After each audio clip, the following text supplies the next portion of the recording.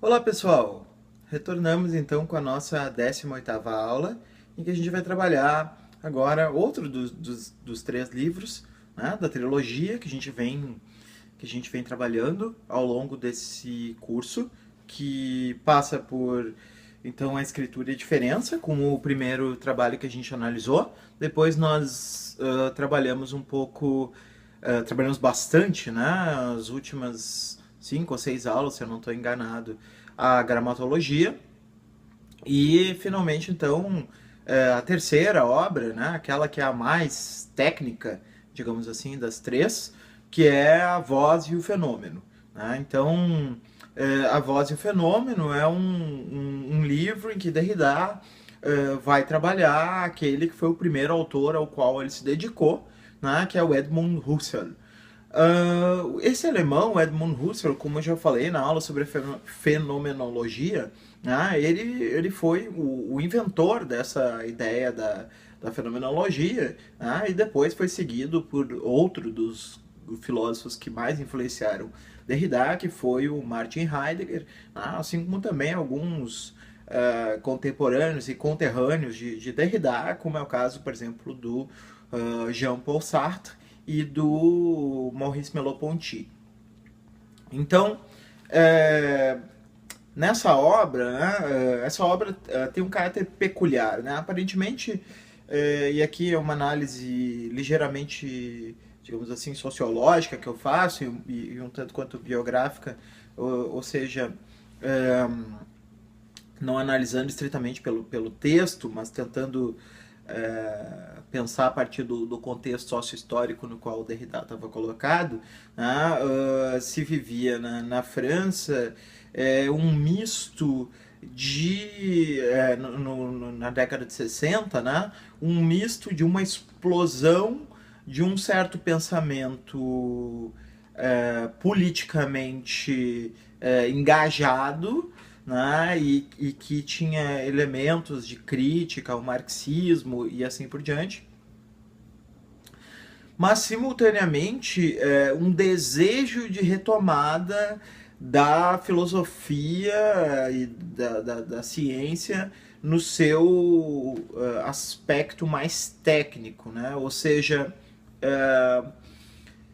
devido à confluência entre os movimentos contraculturais dos anos 60 com o boom estruturalista, houve aí uma série de autores politicamente radicais que trabalhavam com sistemas rigorosos, né? Então, essa retomada da tradição, da filosofia do conceito, né, é característica desse período, né? Por exemplo, como eu já citei em outra aula, né, os cahiers por l'analyse, que saíram logo depois dos cahiers marxista-leninistas, né, os cadernos marxistas-leninistas deram sequência, né, então a um outro estilo, né, que era uma espécie de leitura extremamente formalista, né, até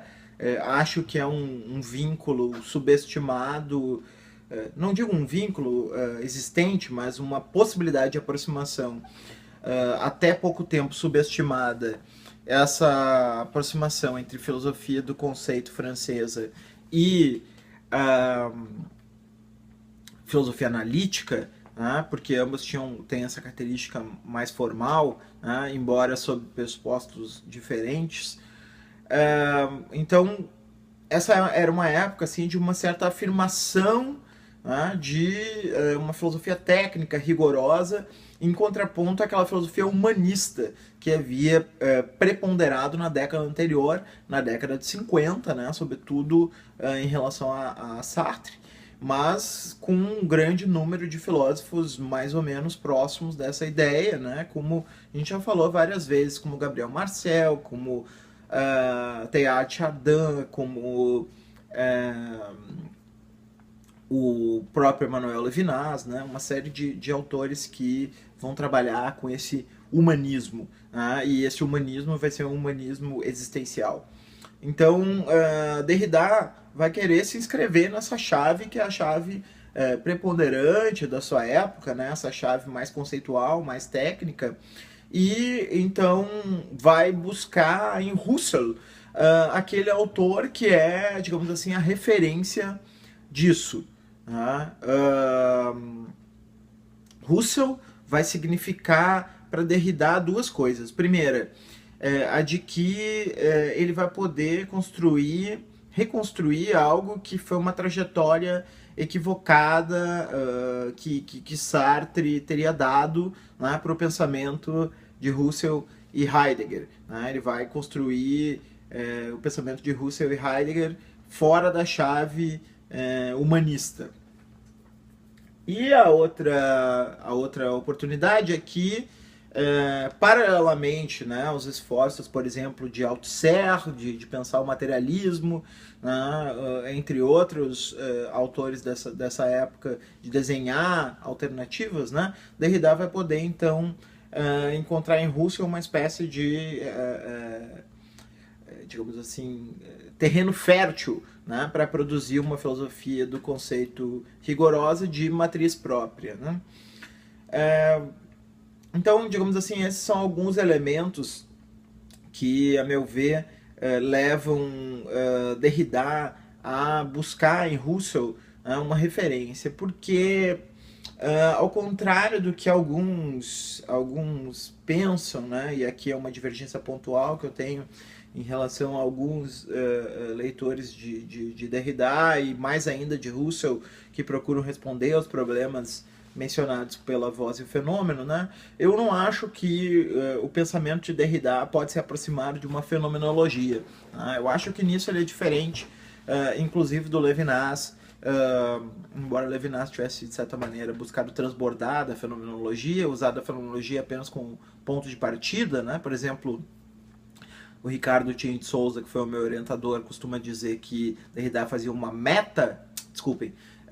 Levinas fazia uma meta-fenomenologia, mas de qualquer maneira eu acho que eu não vejo o pensamento de Derrida como um pensamento que sequer está dentro daquele campo de imanência fenomenológica, como por exemplo a hermenêutica de Gadamer. Quer dizer, aquele raciocínio fenomenológico do colocar o sentido como preliminar e deixar a realidade entre parênteses, quer dizer, aquela epoqué, que suspende a questão do realismo e do idealismo, e coloca no sentido o ponto primordial de partida, eu não vejo isso como presente no pensamento de Derrida. Eu acredito que a relação de Derrida com Husserl ela é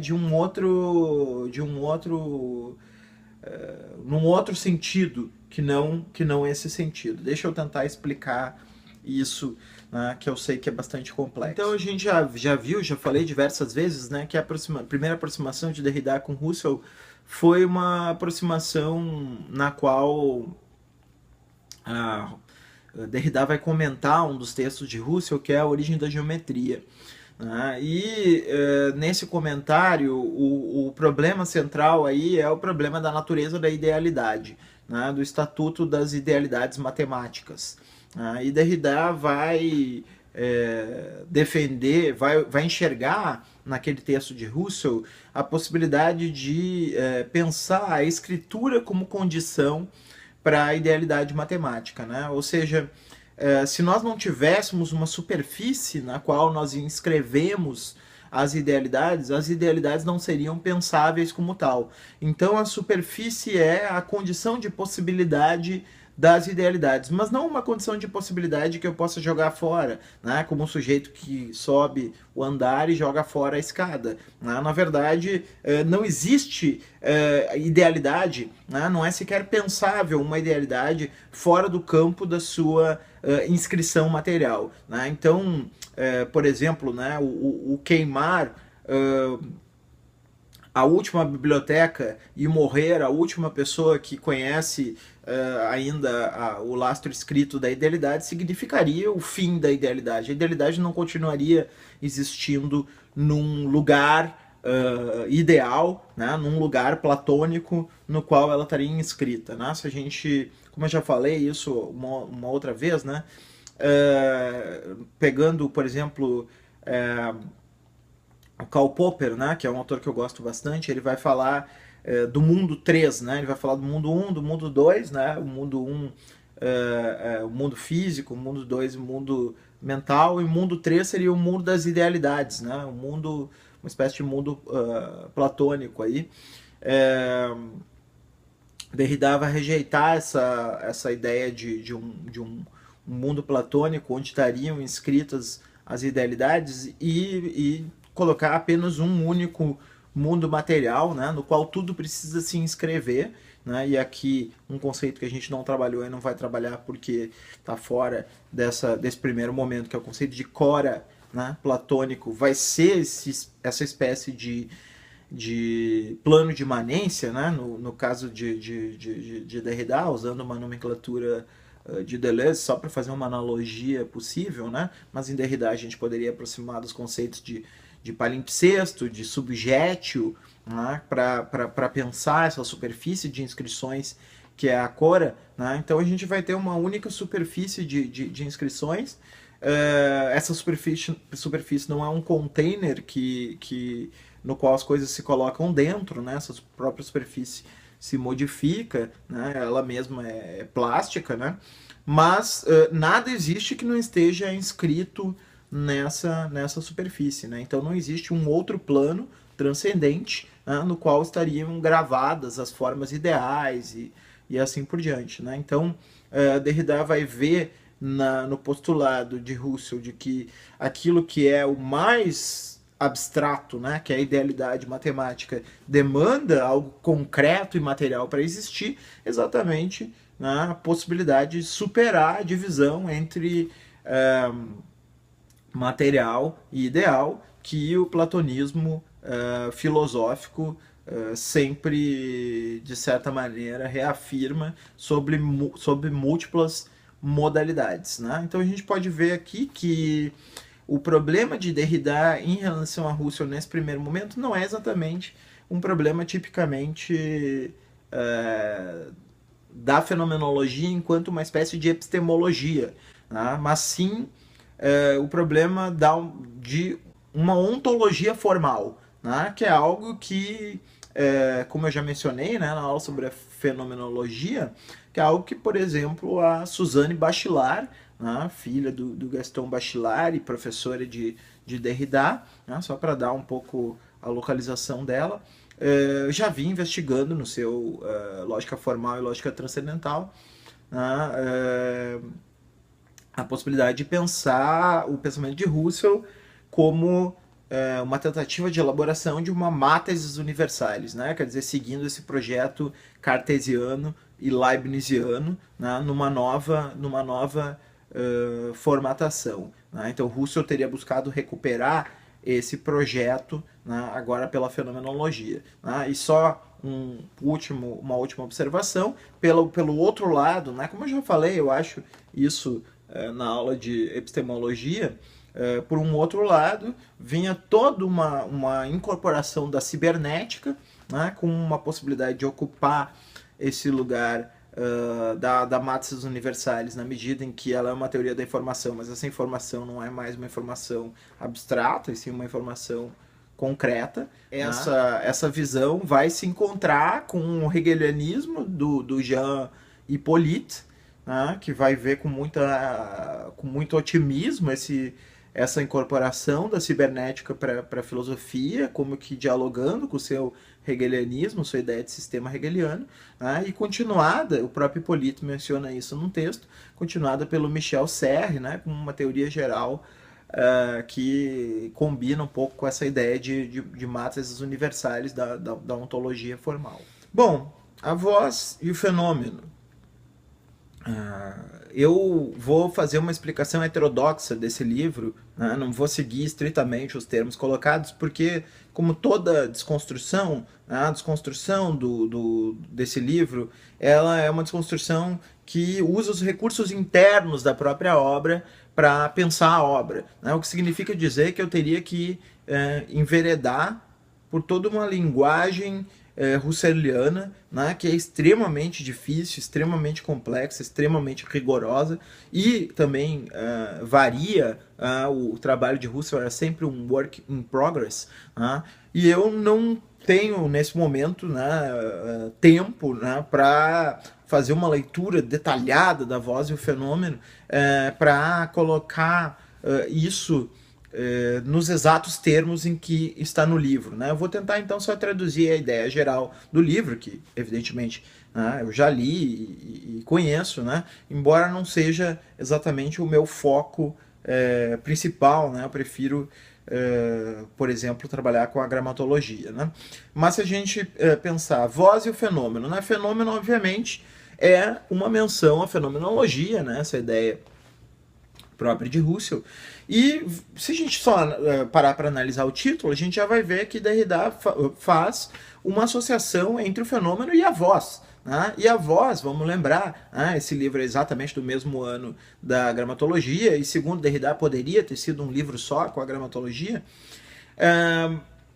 A voz é interpretada sempre na gramatologia como aquela instância que reflete o idealismo da metafísica, né? E, portanto, a voz carrega o sentido de uma idealidade, por ser transparente, por estar mais próxima da plena presença, né? Em relação à escrita, que seria sempre um grau de distanciamento em relação a essa presença, e sempre uma corporalização que, portanto, tornaria inferior em relação a essa idealização pura, né? Se a gente lembrar da crítica ao Hegel, né?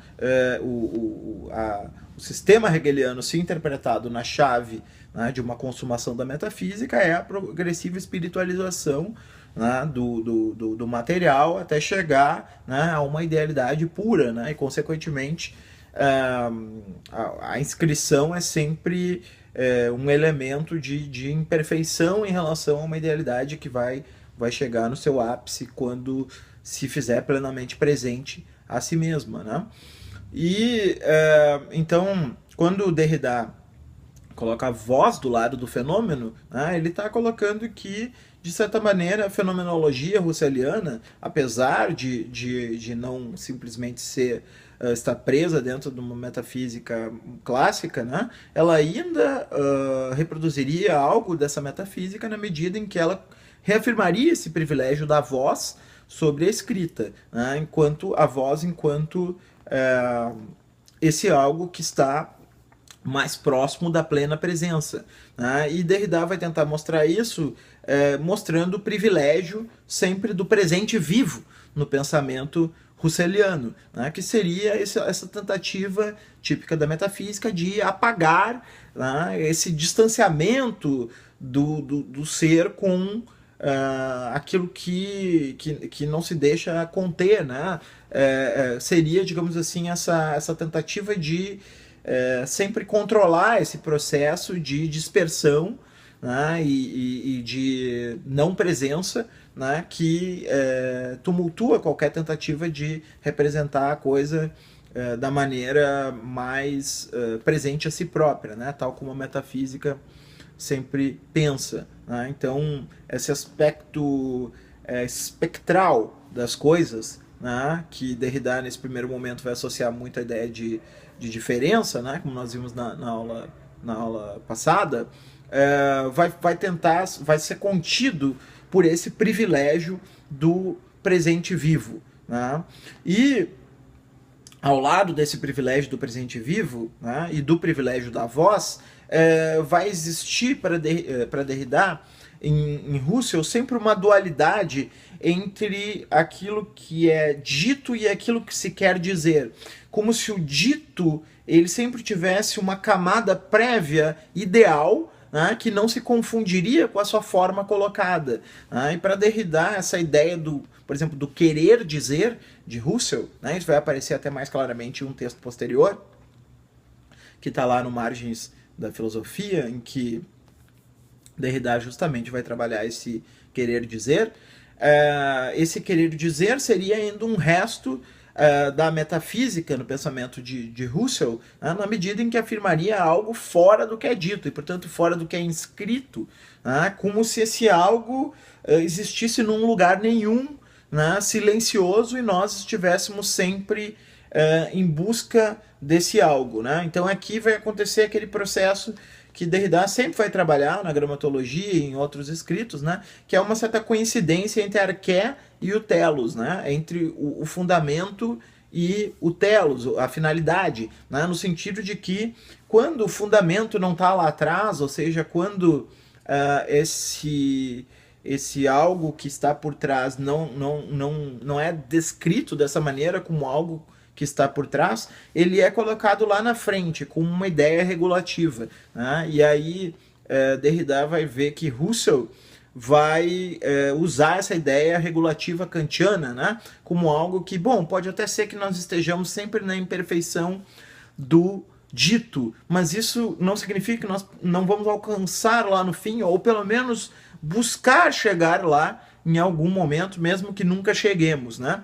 Então, quando a coisa não se coloca, digamos assim, de uma maneira dada a priori, né, ela aparece lá no fim como uma meta a ser alcançada. Né? E Derrida vai ver essa teleologia, né, dessa ideia pura como algo a ser buscado, né, no pensamento husserliano. Né? Então isso são algumas críticas. Eu sei que isso é bastante complexo, isso que eu estou falando, e eu não sei se eu fui suficientemente claro ao explicar, né?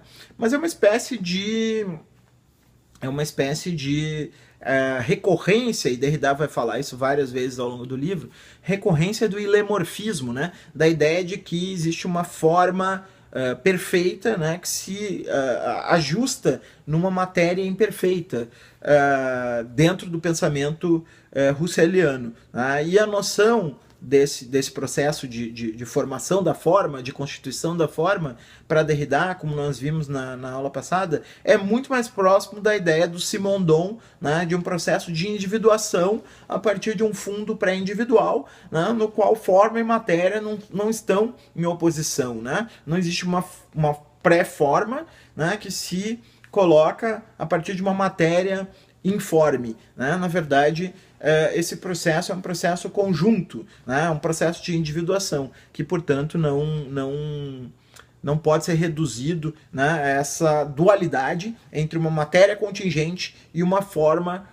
ideal ou necessária. Né? Então, Derrida vai ver nessa relação entre um querer dizer, né, ideal, como uma forma ideal, né? E do outro lado o dito como essa matéria imperfeita, uma certa recorrência dentro do pensamento de Husserl de constantes metafísicas que ele busca desconstruir. Então a relação de Derrida com Husserl é bastante complexa, né? Existem múltiplas interpretações, diversos autores e autoras que estudam essa relação, tanto do ponto de vista dos estudiosos de Husserl, como é o caso, por exemplo, do Zahavi, né? Dan Zahavi, quanto do ponto de vista de Derrida, né? Como é o caso, por exemplo, do Martin Haglund, né? Entre muitos outros, né? Leonard Lollor está entre os dois. Né?